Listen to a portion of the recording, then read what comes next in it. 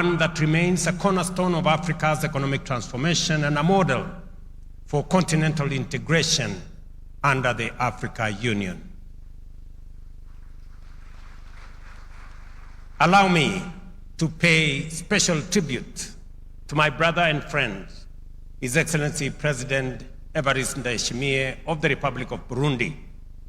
Your Excellency, under your wise and steady leadership, COMESA has registered remarkable progress, and from all of us, we say thank you very much and congratulations, Mr. President. You have advanced our shared vision of integration and cooperation with diligence and dedication. For this, we owe you our collective appreciation and deep respect. Excellencies, I assume this responsibility under the inspiring theme, leveraging digitalization to deepen regional value chains for sustainable and inclusive growth.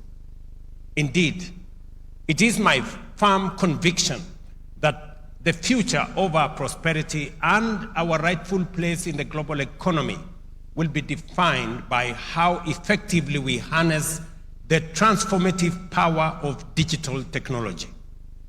For far too long, Africa has been a passive recipient and consumer of technology.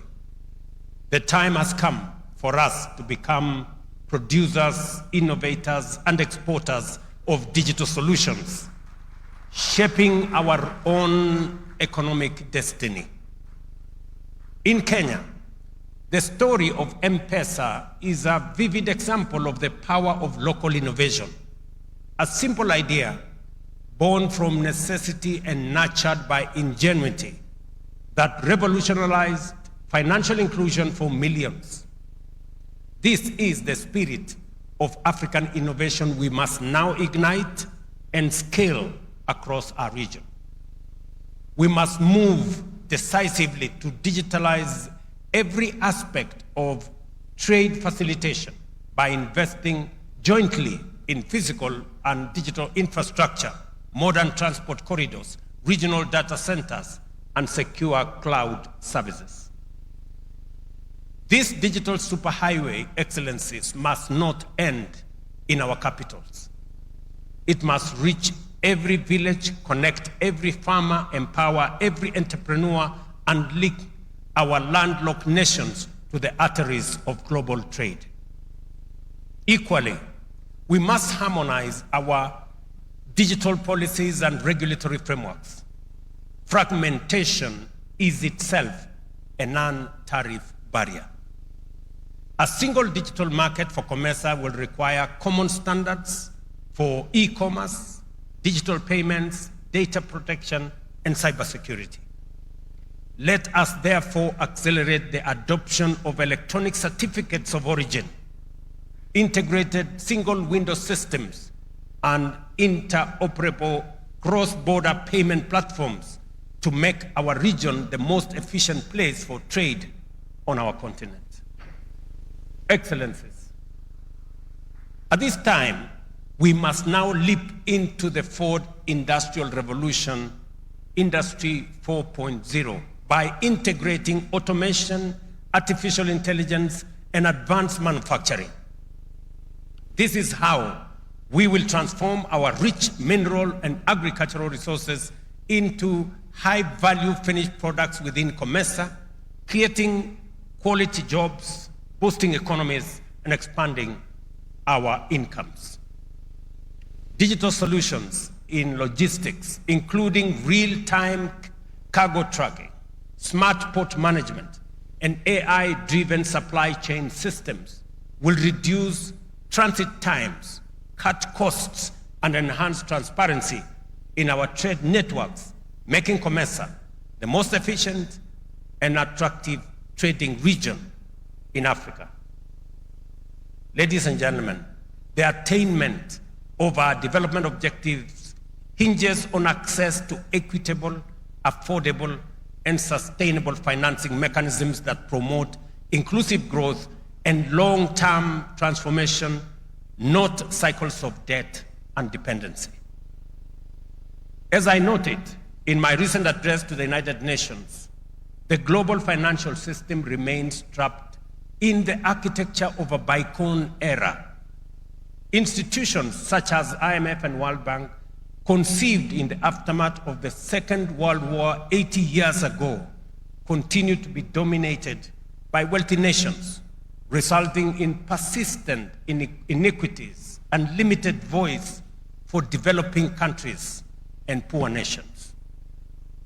In response, one of the most viable pathways for Africa and for regional economic blocs like COMESA is to strengthen our homegrown multilateral financial institutions such as Trade Development Bank, Afrexim Bank, Africa Finance Corporation, Shelter Afrique, Africa Re, and the Africa Trade and Investment Development Insurance, and ZEP-RE.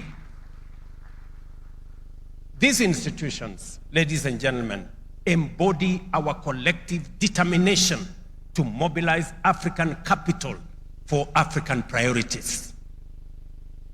We may recall that Trade and Development Bank, for example, was established under the preferential trade area, the precursor of COMESA, and has since evolved into the financial arm of our common market, driving regional trade, investment, and sustainable development. That is why here in Kenya, we are backing our words with action. Having already committed US $50 million as share capital to Afrexim Bank, we have just additionally invested $100 million to enhance our shareholding in Trade and Development Bank. And my good friend Tadesse, the CEO, is at the corner there. These African-led banks are proving to be true partners in progress. Through our participation, Kenya can now access long-term facilities of up to 25 years at reasonable concessional interest rates, tangible proof that investing in our own institutions yields real and sustainable value. By strengthening and capitalizing these entities, we are deepening regional financial integration and ensuring that Africa's development is financed on terms that reflect our realities, our priorities, and our aspirations. Excellencies, intra-COMESA trade, though improving, still accounts for a very small share of total trade. Africa, as we all know, and I was looking at the numbers this morning, only contributes 3% to global trade. And as we also know, intra-Africa trade, and I'm sure my brother Wamkele is here, is only 14% of all our trade. If you compare with Europe, 70% of their trade is intra-European. They trade 70% of their products within Europe. In Asia, they trade 60% of all their products and services within Asia. In Africa, we are only doing 14%. And that is why our contribution to global trade is only 3%, because we are not trading first and foremost with ourselves. And the reason why we are not trading with ourselves, and that is why the essence of COMESA, the reason why we are not trading with ourselves is because we have unlimited barriers. Just imagine that in the European Union, 26 countries, they have a single visa. Therefore, their people can move much more freely. In COMESA, with the, let's say, the tripartite agreement, we have 27 countries and 27 visas to be able to travel. Tell me, ladies and gentlemen, how we are going to catch up with the rest of the world if we are going to have this visa and that visa and the other visa to cross this border and the other border and the next border. So I want to commend my brother, President Ndayishimiye, this morning for announcing that Burundi is going to join countries in our continent that today are thinking about eliminating visa requirements for Africans to travel within our continent. Secondly, is the issue of trade barriers. We have signed beautiful agreements, but we are not translating those agreements into real movement of products and people on the ground. Ladies and gentlemen, we must move from competition amongst ourselves to cooperation and collaboration. From exporting raw materials to building value chains that retain wealth within our borders. At the same time, the question of continental integration must go beyond trade agreements and shared markets. It must also embrace the free movement of people, goods, and services across our borders. True integration will only be achieved when an African can travel, work, and invest freely anywhere within our continent. I will give you some numbers. When we decided as Kenya that we are going to open our borders to Africans and limit the requirements of visa, our visitors from Africa have doubled. Africa's strength lies in its openness and unity. We are optimistic that our sister countries across the continent will take similar bold steps, that together we may unlock the full potential of a borderless, connected, and prosperous Africa. Ladies and gentlemen, our growth must be inclusive, uplifting micro, small, and medium enterprises, empowering women and youth, and ensuring that every citizen becomes a stakeholder in our shared prosperity. Equally, sustainability must be central to our development model. We are stewards of a rich natural heritage, and we owe it to future generations to pursue growth that protects our environment.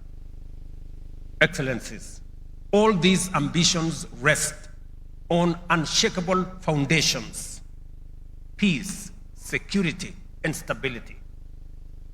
There can be no development without peace and no investment without stability. We must therefore strengthen our collective capacity to prevent conflict, manage disputes peacefully, and uphold democracy, good governance, and the rule of law. This must remain our highest and most sacred duty. The government and the people of Kenya are ready to play our part. In accepting the chairmanship of this great common market, I pledge to serve as a dedicated, energetic, and collaborative partner, working with each of you to advance the COMESA vision of a shared prosperity, integration, and transformation. Together, we can build a COMESA that is digital, that is dynamic, and deeply inclusive, a bloc that truly reflects the promise of a rising Africa. Ladies and gentlemen, I want to thank you very much for choosing Kenya, coming to Kenya, and sharing this moment with us. And thank you very much for your audience. Asanteni sana.